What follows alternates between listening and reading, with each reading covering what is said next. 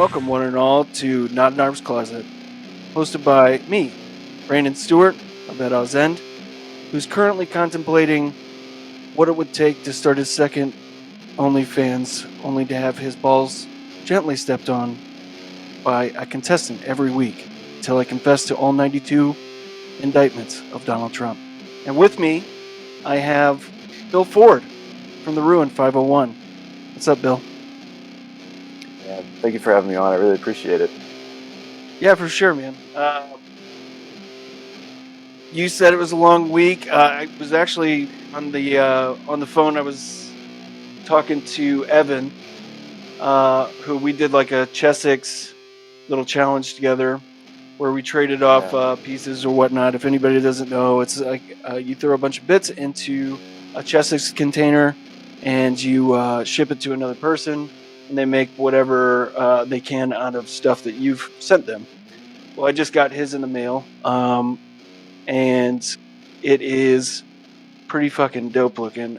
For everybody that's watching on Twitch, you might be able to see this. I'll probably post it. Oh my god. Yeah, he's a wicked little fucker. Who was saying also that I was letting him know that, you know, Grim Text is coming up down, and I'm going to bring it down there as one of my player characters. And he was like, "Oh, is Bill Ford going to be down there by chance?" And I was like, "Matter of fact, he's the one who's putting it on." And he said, "I just want to get this out of the way because he's just like everybody else in this hobby, the biggest sweetheart on the planet. Fucking A. Tell him I love him, and I'm sad we couldn't hang at Hondius." So he misses you. He's he's a really nice guy. Love you too, Evan. I know. It's like, you know, you've feel like he's like a boxed wife, you know what I mean, or a mail order bride. Like, I love him already, and I've never met him yet. That's insane. I would have thought that you would have. Yeah. Okay, so he didn't get to go during that time? No, like, and I was trying to go to Nemo this past year, but it was so close to Mornheim, the Mornheim 2022 thing, and then I was like traveling overseas for work, and then my wife was like, "You're not fucking going anywhere." I was like, "Okay, that's fair." And then they scheduled Nemo this coming year for 24. I was like, "Oh, fuck it, like I'll go up then." And they scheduled it on my daughter's birthday, so I was like, can't go then either, unfortunately. Well, it seems like we kind of ran into that. You know? Yeah, it seems like we kind of ran into that at first too, with something we're going to talk about a little bit more extensively later, which is Grim Text, which is happening in October of 2023, of course, because that's the fucking year. Jesus. But we ran into a couple snags, so I equate everything, man, to it's a fucking D&D group. Nobody has the exact time that they can be there, and it's so hard to fucking organize that shit. But yeah, it's crazy, man. Yeah, it's unfortunately I've never had the pleasure of meeting Evan yet, but I'm excited to meet him one day, man. He's every time I've like talked to him on Instagram, he's just like the most nicest, positive, outgoing guy. Of course, like you said earlier, like it seems like everyone that's in our little sliver of our universe is just overwhelmingly positive, you know. Which is insane. That's really hard to find, as I'm sure you know. But yeah, it's insane. I've had Cole and Matt from Totally Not Panicking on. I don't know if you've heard of him. He's kind of low level. Doesn't really do much in the community, but he's you know, he's a low level guy. Doesn't have much experience doing this type of stuff. You know what I'm getting at. But yeah, I think it's really interesting because like there's so many talented people like Matt, like Totally Not Panicking, and Cole, who's, you know, they're like opposite sides of the spectrum, but they're the same kind of people, right? Like they're both insanely talented artists, like, but Matt is like a higher profile kind of guy, and he's been doing this stuff for a long time. And like Cole, I wouldn't say is like new, but like I think it's like 2019 he said he started, 2021 or something like that, getting back into the hobby. And like you would figure they'd be like the biggest assholes, like full of themselves, you know. Right. And that's like the opposite, you know, could be further from the truth. Yeah, and I think we talked. I talked a little bit offline with people in the past where it's understandable where that would come off because if you look at YouTube, you could see where that would be a thing. Um, Especially people in the hobby, just like any hobby, you can tell whenever somebody's full of themselves or not. And generally, every hobby is going to have something like that. I'm not going to say any names, but I think that we could probably guess by the looks on our faces right now. Um, where you walk Yeah. into a convention and uh, an individual is demanding attention over in one particular area. But um, again, that goes with everything. It goes back to fucking high school at this point. But when did you get into the hobby? So man, like it was a long, long ass time ago. Like I think it was like 1999.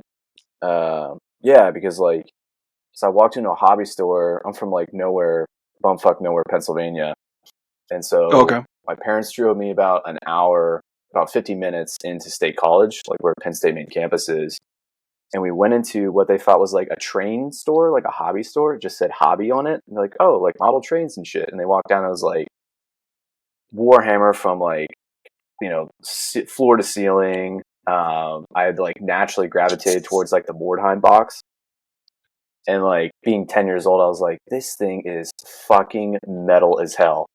Like holy shit, and like it kind of like grossed me out, like made me feel weird because it had that like snake slithering through that guy's skull and shit.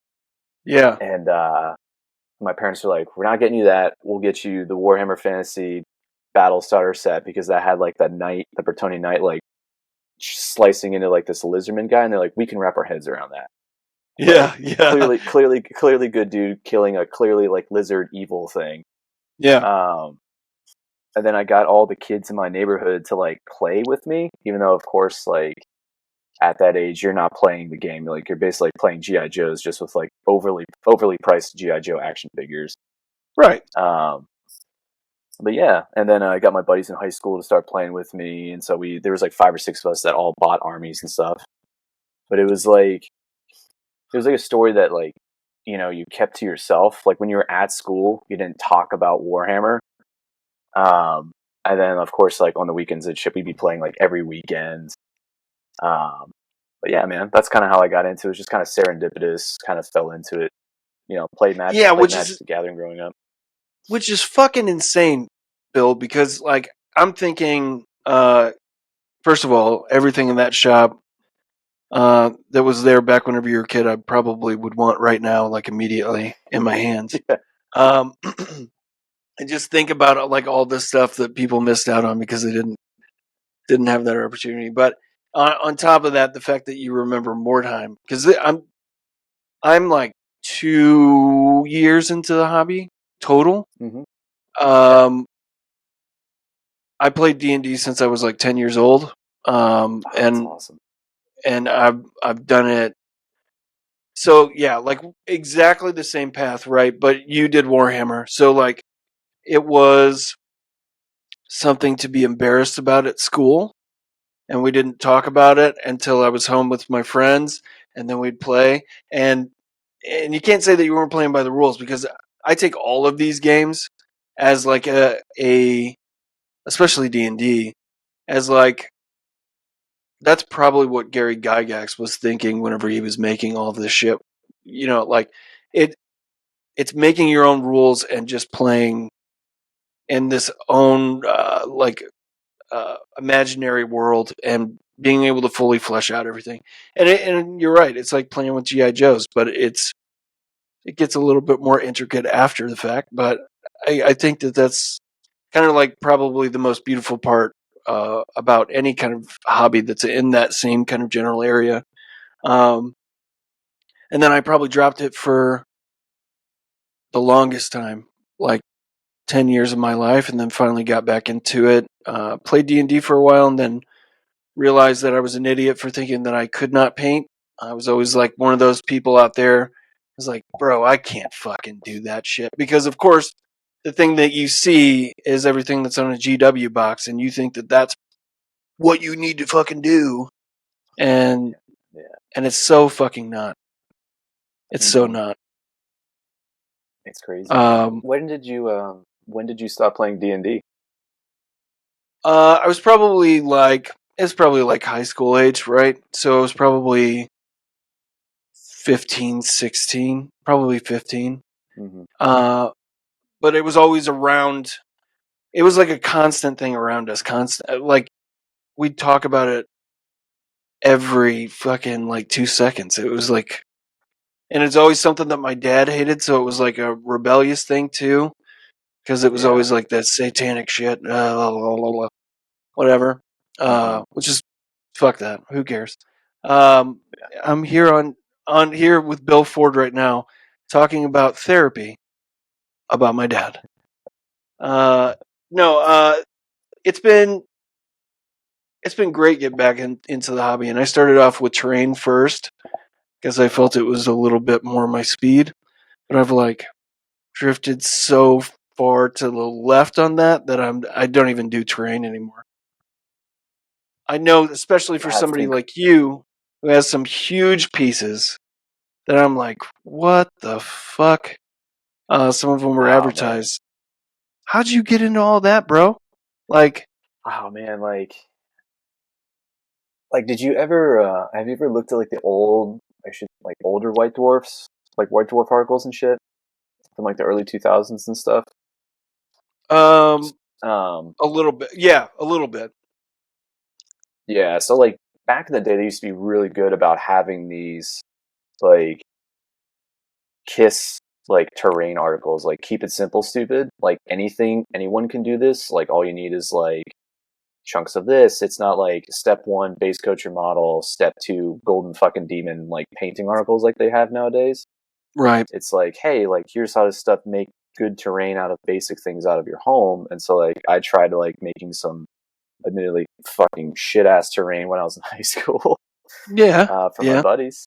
And then getting back into Mordheim after I graduated from the academy, my buddy uh, approached me about it. He's like, "Hey, like I found this like article about this game called Mordheim." I was like, "Oh, cool, man, yeah." And like we actually started playing together like when we were like 23, and I had to like build terrain. So I was like, "Fuck, man!" Like and as well as I, like Mordheim takes a fuck ton of terrain, and so I It just does. started.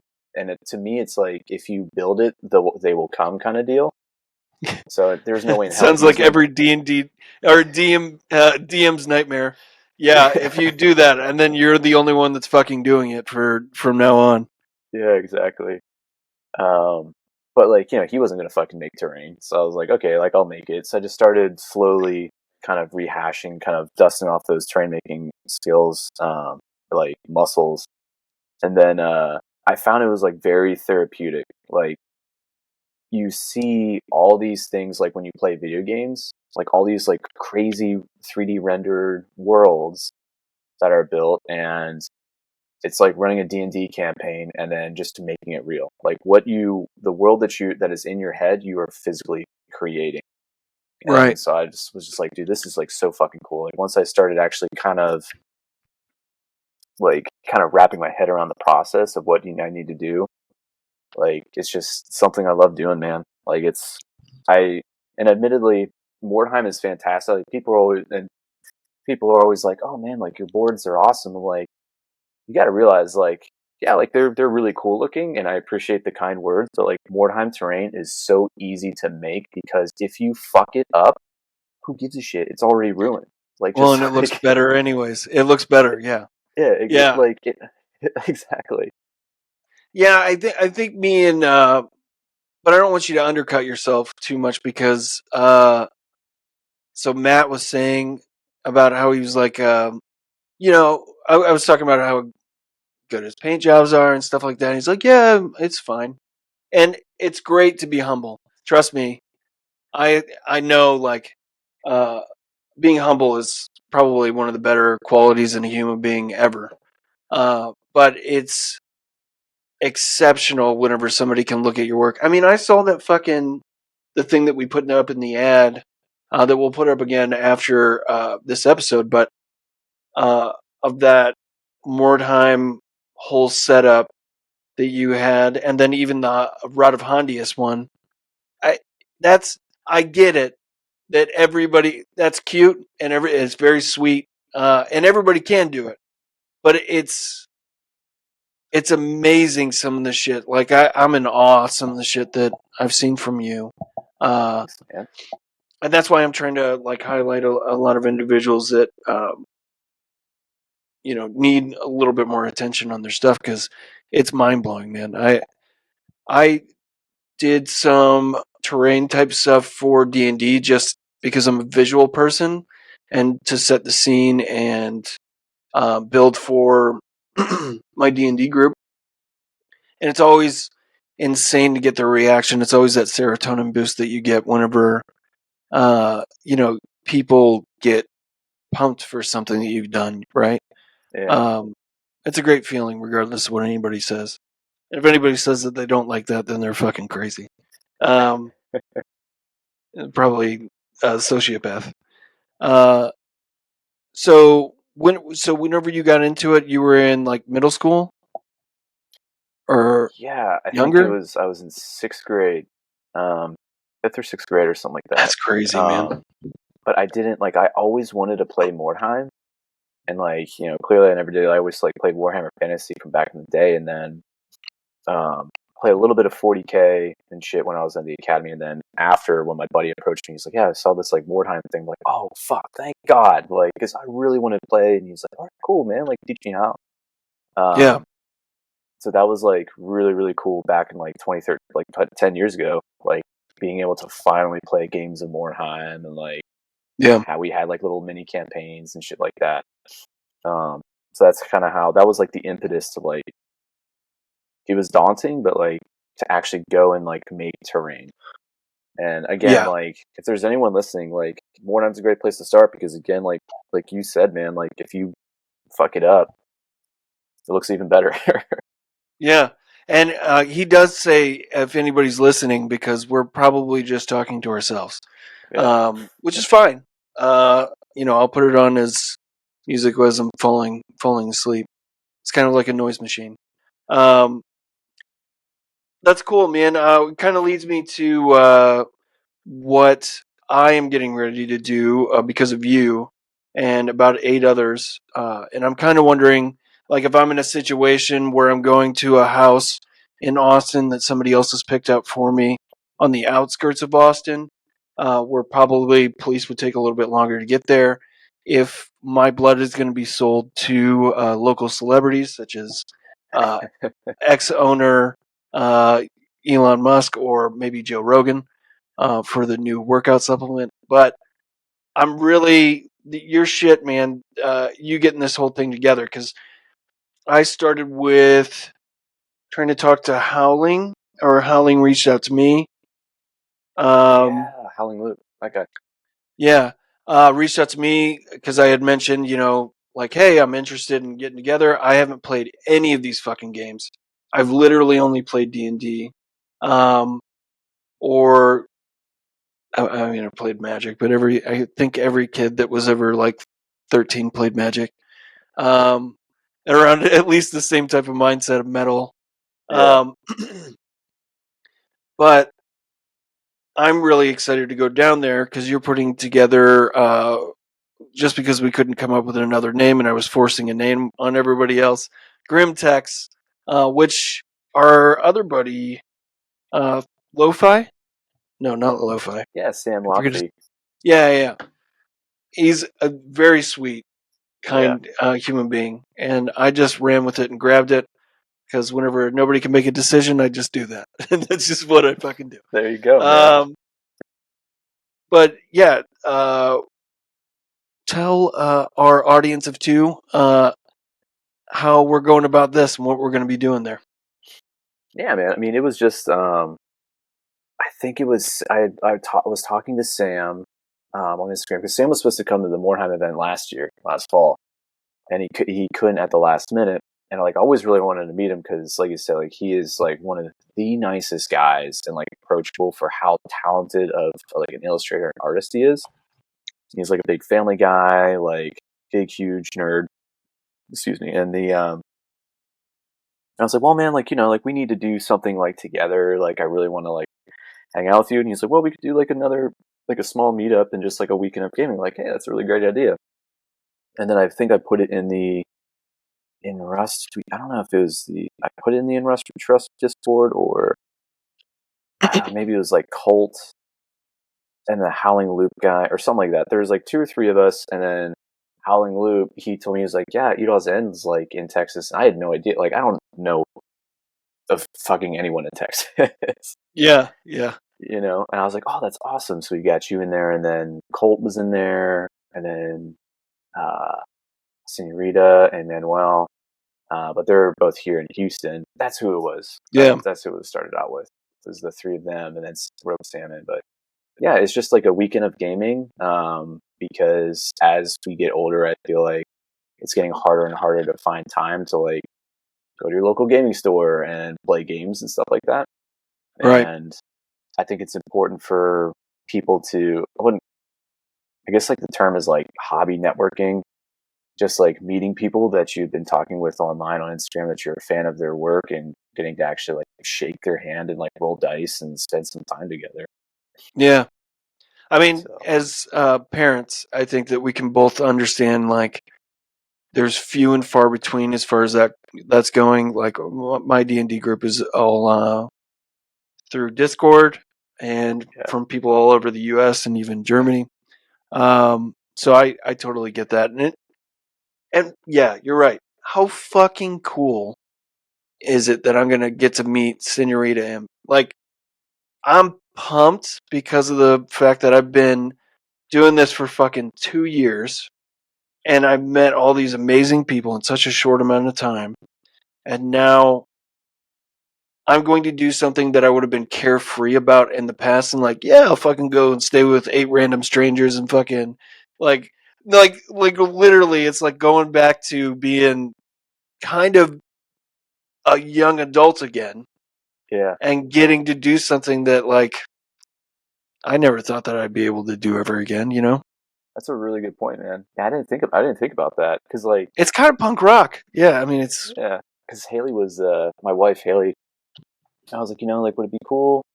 Like, I went and did this, and she's like, yeah, absolutely. She's like, who are you doing this with? And I was like, well, they're just like internet friends. She was like, AOL chat room friends, kind of internet friends, or like, and I was like, yeah, no, I was like, no, like they're like part of like the community, like our little sliver of the community. And she's like, oh, okay. She's like, oh, she's like, yeah, that's fine. She's like, odds are, she's like, they're really cool people. Like, you talk about these people all the time. But yeah, I think it's a pretty good, solid indicator that like if you look at someone's work on Instagram, and the way, I wouldn't say like it's kind of stereotyping, but like if you paint in a certain way or you do terrain in a certain way, odds are you're a really pretty rad fucking person. right. Um, Yeah, but I don't want to stereotype anyone. It's just, all of that is to say that everyone that I've met that I've been a big fan of their work have been like totally down to earth, and I would totally spend a weekend drinking a few beers and fucking rolling some dice. yeah. I don't think that I don't think that's much of a stereotype. I'm sure there are some ignorant like fucking a-holes out there that are like that, but for the most part, every single person that I've met. That's not to say that maybe Senorita Imp might try and kill me. I mean, she could try and kill me during this trip. I have no idea. Your good buddy Sam that you've always wanted to meet, he could murder somebody during this whole thing, and you thought, man, I just want to meet this fucking guy, and later it ends up in your doom. Yeah, It's very possible. I mean, anything's possible. Jim for sure, Carrey man. crawled his way out of a rhino's ass, so I think that there's anything that's possible. Um, I wanted to and if you don't want to talk about it, it's no big deal. What academy? So I went to the United States Merchant Marine Academy. It's Oh, okay. yeah, like one of the 5 federal service academies. I really need to like snap out of that habit. And the reason why like I always refer to it like that, because it's primarily a maritime school, and like it's the academy, and there's other maritime schools that are like state funded schools, so that's how they Right. all refer to it as. And I was just talking about it today with some of my students from my class. Um, about the differences between the different schools. But yeah, it's a military academy. I went there because I didn't know what branch of the military I wanted to go into. Yeah. And so I started the Marine, and at that one, you can go into any branch that you want. Oh, dope. Yeah. Yeah, so I went into for the first 2 years for the Marine Corps program, and then what's interesting is that like you go out on one of your 4 years gets split up into like two chunks, so like you actually spend a whole year at sea on like container ships and tankers and like roll on roll off vessels like car carriers and shit. Right. So that was really really neat. Like I got to go and see the world, but the yeah, very interesting experience to say the least. Yeah. I mean, as a fellow military member, I mean, it's definitely all very interesting, especially the individuals that you meet in it, and depending on the current climate of politics and whatnot. But Yeah. it's definitely interesting. I'm glad that you get to see all those different places, because I think that that's like kind of a cornerstone of what everybody should do. Um, and not to tell other people what they should do, but seeing a different way of life, being whenever I was in Italy for 3 years is eye opening, and it really, I mean, it changed my life to be a little bit more patient, because they don't fucking do shit on time ever. They're like fucking 4 hours. It's reposo. It's in the middle of the fucking day, and we're gonna take a break for 4 fucking hours, and we're gonna It's drink wine. fucking proposal. We might get drunk. We're just spending time with family. We're gonna get drunk, spend time with family, and then we're gonna go back to work for 2 more hours, and then we're gonna go home and get drunk. It's like Jesus Christ. Were you in Um, were you stationed in Naples? I was stationed in closer to Venice, so I was in Aviano. That's awesome. Yeah. So, and then the closest I got to Naples was Bali, which is like or Bari. Sorry, not Bali. That's an Asian country. Bari, which is like right across from Naples on the opposite coast. Okay. Yeah, Um, I've heard bad things about Naples just because the Navy base is there. yeah, it depends. I mean, it's not the military doesn't always bring in the greatest human beings, which is why I don't practice law, but I work in law, and you get to see a lot more. I mean, it's just like everyday people, right? Mm-hmm. The military's no exception for that. But enough about work. Fuck that. Uh, so, did you ever, whenever you started getting into this, I know that there were certain individuals that I looked up to coming into this hobby. Was there ever Cole had mentioned Bolter between the Bolter and me? It seems like Yeah. a between the Berry to me. Was there ever somebody that kind of directed you, or that you followed that really brought your craft to where it is today? Like the Wire Brothers for sure, just because like I started reading their blog, God man, a couple years ago, when I kind of stumbled upon their stuff. And I just from reading and understanding their stuff, like it really gave me a sense of patience. Like even today, like I look for any fucking shortcut I can to save time and stuff like that. And like it's very hard to resist that urge for that instant gratification of just completing a project or for it to be like crystal clear, like awesome looking. And they are the three of them each bring their own strength and their own kind of style to their blog and their podcast. And they just looking at the way that they are very methodical in the way that they do things and very meticulous and patient. I really learned a lot of patience just from looking at their stuff. Culty, I think this guy Kari Henriksen or something like that. He Mm-hmm. made a board for the Mornheim 2019 event that was just and still is like fucking like stellar. Just an Yeah. awesome piece of work.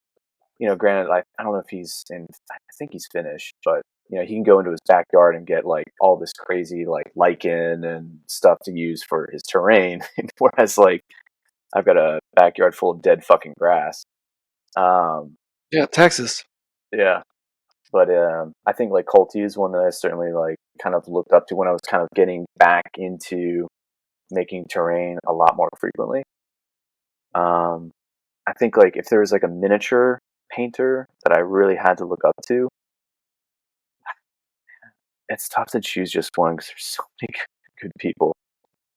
It's funny, like there's like 28 or 29 people on Instagram you can put to be like I think it's close friends or something like that. But like you go up on the top left of the app, and if you click that and show or following, or I forget what it's called, but like basically it'll show all of their work first. Yeah. And beat out the algorithm. And Cole's stuff is so good. Like for how Yeah, it's difficult, right? Yeah, and this is not to put you on the spot, but no, not at all.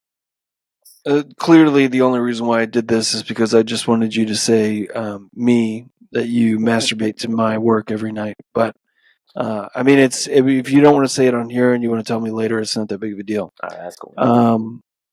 Yeah, Cole. I mean, yeah, he's great and everything, but like, come on. Let's be honest. I'm gonna deep throat this mic now. All right.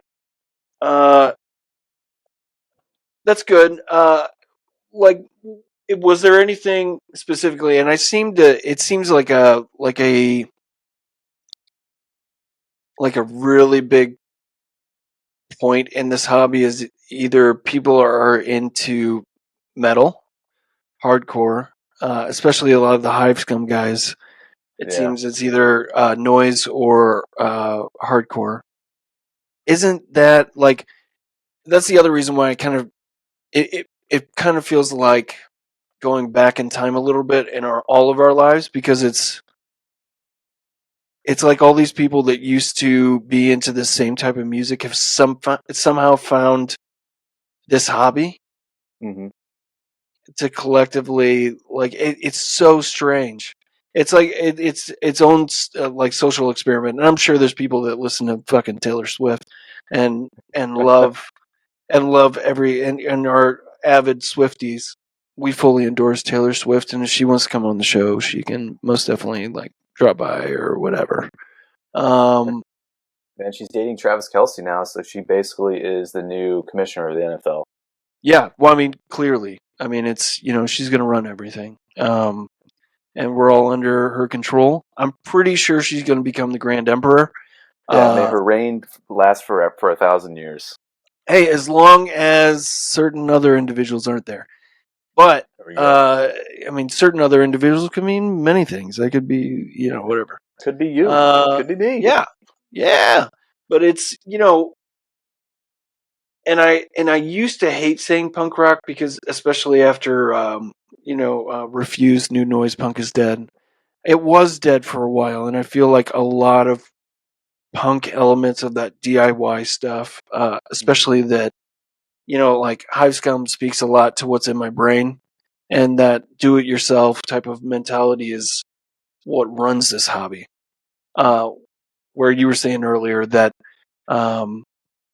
it's easy, anybody can fucking do it, but anybody can fucking do it. It's just whether or not they're willing to do it. What kind of things are you listening to right now? And do you show your kids? I'll let you in on a little secret, man. I do not listen to like metal like at all. No way. Yeah. I never would have fucking thought that. Honestly. Yeah, like I'm I wouldn't say more of a restrained individual, but like I certainly like have a lot of appreciation for some like the SoCal punk stuff like NoFX. Like I fucking love NoFX. Yeah. Like if I had to choose 5 bands, Social Distortion, because I met Mike Ness and he is fucking awesome. Tycho, which is like kind of like an electronic, like instrumental kind of music kind of deal, just because like it really helps like bring me down to an even keel, kind of with my mental health and stuff. Blink-182. Wu-Tang Clan. Love Wu-Tang Clan. And Yeah, famous Nomad. pop punk band Wu-Tang Clan. And Yeah. they are so SoCal. Yeah. And Yeah, this no, Australian rapper Nomad's fucking awesome. Listen to a lot of his stuff lately. Like a lot of like hip badass. hop and rap and stuff. I would have thought instantly. So you proved me wrong within just like one sentence. So thanks for doing that for my two-person audience. No, that's great, man. But see, like that's the thing of it, right? So it's SoCal punk. I don't know. It just seems like the more and more I talk to people, it's either noise or we're in the scene at one point of any kind of Yeah. music scene. Well, yeah, you're certainly not wrong, man. I mean, because Tyler, Good I forget his save. last name. Thanks, Bill. Tyler Good is save. all right at Tyler is all right at painting. Like he was in a punk band. Brad Dower, sorry, Brad, from Craft Fair Games. Like him and all of his friends when they came to Moreheim 2022, like they were all in a punk band growing up.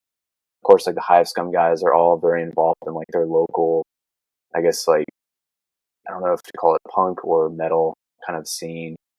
Like it seems you're certainly right in that. Like most people, not all people, like in this hobby, Right. Yeah. kind of fall into that intersectionality, right? Like I wouldn't say like you dress this way or like you do this and Yeah, this, but for like sure. Yeah. most people do like listen to like heavy metal. Yeah. It's it's a good save, Bill. Seriously. For yeah, thank you. We're friends again. So Rod of Hondius was your I'd say that was your well, I mean I'd say it was your and Mark McCroy's I hope I'm saying your last name right. Mark McCroy's baby. Like that was Yeah, your little birth child. It was an yeah, ugly child. I mean, it's an very ugly ugly. is a rough looking child. Yeah. Um, Thank you, Matt, from Totally Not Panicking for making such an ugly child for Mark. yeah, seriously, like that's part of your fault too, man. Matt, terrible, not a nice person whatsoever. Uh, how did that all come about? Yeah, so it was kind of on the back of, and this is kind of a not to make it a whole thing, but so it was kind of on the back of the Moreheim 2022 event. And also, like I think this had something to do with it, like the Nemo 23 event that the High guys threw up in Massachusetts. Like I think people started seeing these narrative events starting to happen on this side of the pond. If that makes any sense, because like Moreheim Yeah, that's where it all 2019, started.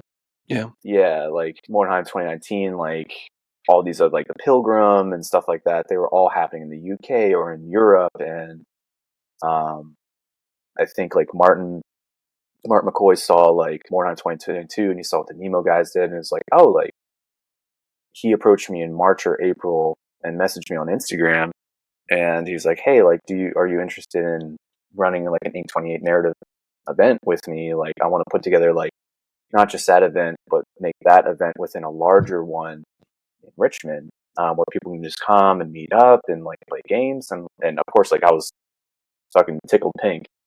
yeah. Well, yeah, Yeah, I was like, hell yeah, man, that's awesome. Like, I was very flattered and honored to, kind of be asked to do that.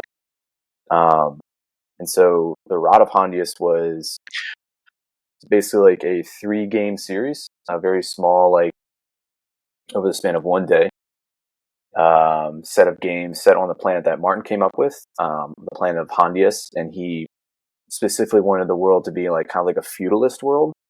So are you very familiar with like the 40K universe? I'm a little bit familiar because I have a buddy that has run me through the extensive knowledge and history of uh, 40K, but a little bit, yeah. Okay. So like the feudalist worlds are like these worlds that got lost centuries or whatever millennia ago, and then they kind of regress to a feudal society, right? But they may still have some small elements of like modern technology attached to them.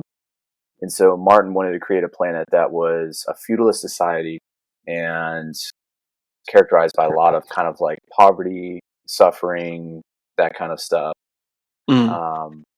And he came up with, when I was talking to him, I was like, well, we need to come up with a compelling idea, right? Like, why do people give a shit about this dusty planet, like off in the far corner of the Imperium?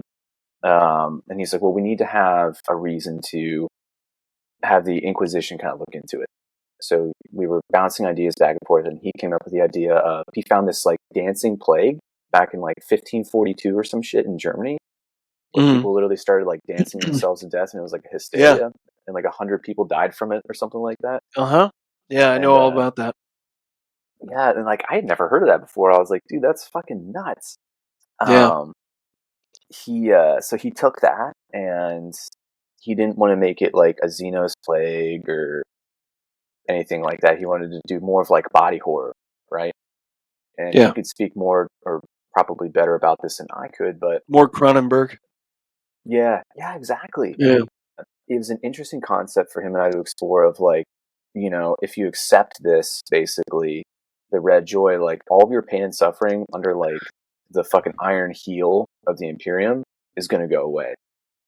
But your body is going to be like basically torn to ribbons, right? Right.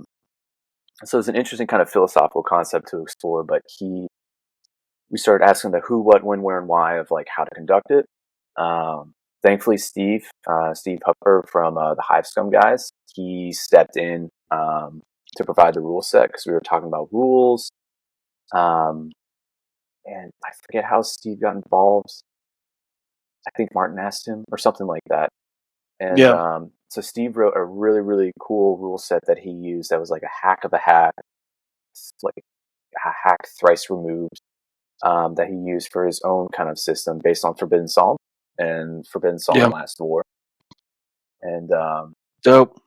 Yeah, and it was very, very easy, very simple to like learn. Like again, like I appreciate the work that goes into rules, but I'm not really like a big rules guy. And it was I'm so not either. easy. Yeah, and it was so easy that Bill Ford could pick it up and play it. If that makes any sense. Awesome. So, and it's a D20 system, so it's very similar to like D&D. So what you have 4 stats and that's it. So it looks like At first, I thought you said it's real easy to Bill Ford and pick up and play again. I thought you were adding your name as a verb, but I mean, if you want to Bill Ford something, you just slap something together and fucking call it a day and hit the sack, you know. That sounds like it has sexual innuendo mixed into it, Bill Ford. So I will use that from now on.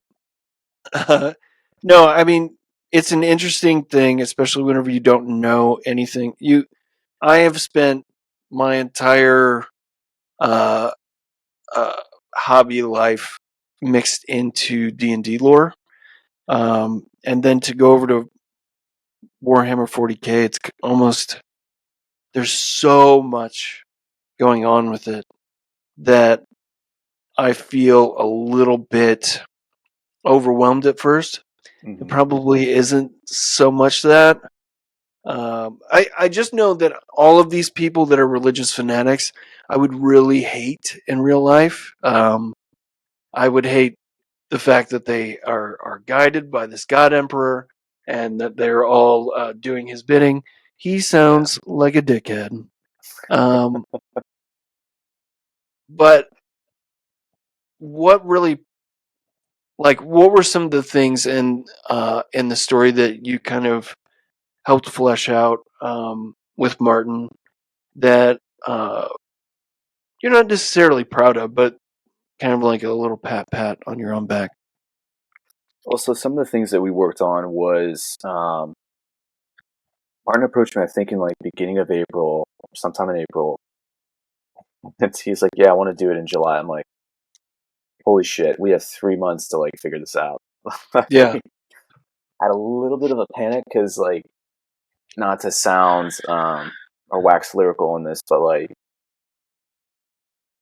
I don't know, it's gonna sound like, but you know, like me as someone who's just like off by myself, like someone who's a rad artist like Martin, and like I've admired his work for so long, and someone just like pops up, is like, "Hey, like, do you want to help me do this?" I'm like, "Holy fucking shit!" Like, it's an awesome opportunity, right? And Yeah. so like Yeah. I Had you met him previously? Not to cut you off, but well, I mean, I am cutting you off, but no, I had never met him. I think I had messaged him a few times on Instagram when he was doing some artwork up in Pittsburgh. I was like, oh, yo, like I'm from Central PA, like Nowheresville, Pennsylvania. yeah, He's like, go check out Southside in Pittsburgh. It's a really cool city. He's like, oh yeah, it's a really, really nice place and blah, blah, I blah. hope that's exactly how Martin sounds. A little bit. No. Yeah. Yeah. But yeah, yeah, so like I panicked a little bit, and so like I was already making this like clock tower board for Mordheim, and I was like, oh, well, I built it and designed that clock tower board to like piece out, and it like magnetizes in the corners and shit like that, because I was going to originally take it up to Nemo for Nemo 24. So like, oh sweet, I'll just put it in my carry-on bag and fucking take it with me. Like this is perfect. Yeah. Um, So like I was already almost done with that board, but then I threw myself into making that Zone Mortalis um, like kind of maze-like looking board. Yeah. So I already had like 4 of those tiles done, and I was like, it was a project that I always wanted to come back to. So I was like, oh fuck it, like this is a perfect excuse. And so like, shit, man, I must have spent like 150 or 200 hours like making that board. Yeah, it's Um, evident. yeah, like it took a long. I was taking days of PTO like at work, like Really? Yeah. drop the kids off at school. It's like, all right, well, I got 7.5 hours. Like, Yeah. No, I get that. Like getting in paint whenever you can. I sometimes take some leave to do that. yeah, We're heading into the what I was going to say. I'm currently looking at, and I look at every single day, Mark McCroy's Fisherman uh, yeah, painting that I have on my wall, which is pretty dope. Yeah, he's fucking talk about inspiration. That dude is a fucking beast. yeah. All right. Right now, what we're going to do is we're going to get into a little thing called Kindness Corner. And Barrett, my producer, is fantastic. If you are able to put up a picture of Space Ghost holding an enema and then blowing a kiss to me right before he does his business, that would be great. A little bit of Kindness Corner. We talked about this before. I've learned after talking to Matt that I should probably explain this before we get on the show. Is there any bit of kindness or that someone's done for you, you've done for somebody else? Nobody will do that because everybody's humble in this fucking hobby. Uh, that really kind of inspired you to like on your probably your lowest of lows, like in this hobby where you're like, fuck that. Like, for instance, whenever you make something, you do a couple of really good jobs on 2 miniatures, and then you instantly go to one of your cultists, and he just looks like dog shit. I would shit on this fucking mini. I want to punch it so bad. Um, is there anything out there or anybody out there that's ever really kind of brought you back to with what you do and they don't even have to be involved with the hobby? Man, there's to me personally, like it's really hard to pick just one. Um, like I had a huge, um, I guess like to make a long story short, so I did my social work, my internship for social work at the VA hospital last year, for about 6 months, Dope. and unfortunately triggered some things, some unforeseen PTSD that I had from my time as an EMT, and it just like sent me down this like crazy spiral. But probably one of the things that like got me, I guess, like helped me out of that funk, you could say, or that kind of like really long, just like the Wire Brothers, man. Like I reached out to them on Instagram when I started like coming up with like the Mordheim 2022 event, and like they actually engaged with me. If that makes any sense. Yeah. Like a lot of times, I feel like we put a lot of these very talented artists on Instagram up on a pedestal, and they will like you feel like they're just like untouchable, like unapproachable, right? And when Mm-hmm. in reality, like the furthest couldn't be from the truth. Right. especially those guys who are all like very talented in their own way. So like when I reached out to them, just asked them like if they would be interested in it, especially as someone who like loved their blog, like loved their podcast, and they actually started even like talking to me. I was like, oh my god, Yeah. Yeah. you know what I mean? It's kind of amazing, right? Like, I'm such a fucking. I'm gonna make fun of myself right now. Whatever people that you follow start following you, and you don't think you're as good as them, right? Like you're saying, it's Yeah, kind of that's right. like it's so fucking funny, man. Like the idea that and they're gonna, if they ever fucking meet me, I'm sure they're gonna fucking talk shit. Or Evan or Steve, like I'm sure that I'm gonna tell you to go fuck yourself later, but uh, it's insane. Yeah, it's insane what we. They're just fucking people, but I mean Yeah. they're great fucking people, or appear to be so. I don't know. There could be a scandal. Maybe you should be indicted with Donald Trump's crimes. Um, that's a PSA for the day. Um, the other thing that I want to say right before we get off of here, we guys at the ATI Podcast really rely on or push out, rather, not rely on, push out for mental health awareness, and I think that this hobby especially is deeply steeped, much like the punk rock DIY element, in taking care of your mental health, where its roots start from being the therapeutic element of painting or building. Um, I want to push that anybody that's feeling kind of down or under like 1,000 feet of salt water, make sure to reach out to a lot of these organizations are free. We'll put them in the description for the Instagram post. It's very important, and I think that that's something that we're also open to. That I'm sure, I don't know about your parents, but my parents are like, mental health, what's that? Yeah, Um, exactly. yeah, and a lot of us are dealing with the fucking repercussions after the fact. So we can break that cycle. Hmm. Something that I've broken at finally at 37 now, to where I can say, breaking the cycle is always the best fucking thing. Fuck what everybody else thinks. Take care of yourself. Be selfish in that aspect because it's very important. Everybody always says to not be selfish. Be selfish for that aspect because you can't help anybody if you can't help yourself. Hmm. Um, Bill, you are a goddamn sweetheart, and you stepped in at the last second for the Hives Come Boys because they got a bunch of shit going on. Fucking a mall Yeah, they're venue, busy, all this man. other shit. Thank you. And thank you for hosting. And I can speak for everybody that's going down there. Thank you for hosting Grimtex. There you go. There will, I was going to make a political joke. I'm not going to do that. It'll be a good time.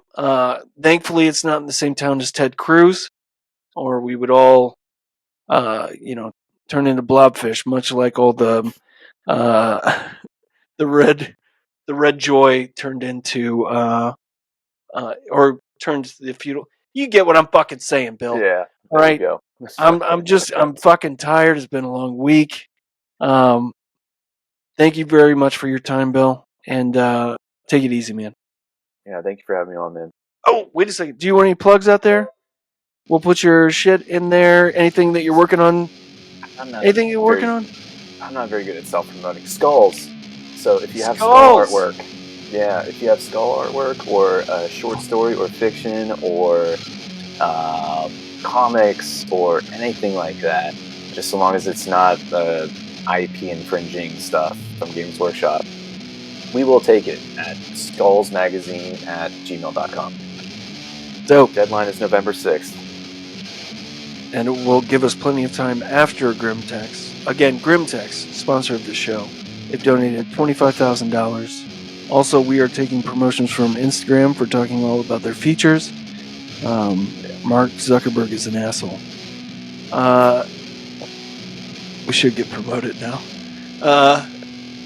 Thank you, everybody, for your time, and go fuck yourself. This is Barrett from the ATI Podcast. Each week, Josh and I discuss current events, pop culture, music, TV, movies, politics, sports. Nothing is out of bounds. You can also tune in to learn about rising artists, small businesses. Whether it's music, graphic design, filmmaking, or even a brick-and-mortar mom-and-pop shop, we will be spotlighting folks and their endeavors. Listen to us on Spotify, Apple Podcasts, Google Podcasts, Amazon Music, Anchor, or anywhere you enjoy your podcasts.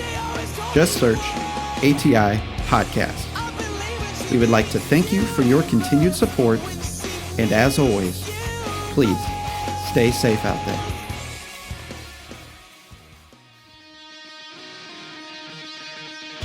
Hey, this is Josh from ATI Podcast. For show updates and news about the podcast, follow us on social media. You can follow us on Facebook at facebook.com/ATI Podcast22, on Twitter at podcast_ATI, on Instagram at the ATI Podcast, on TikTok at ATI Podcast. DMs are always welcome.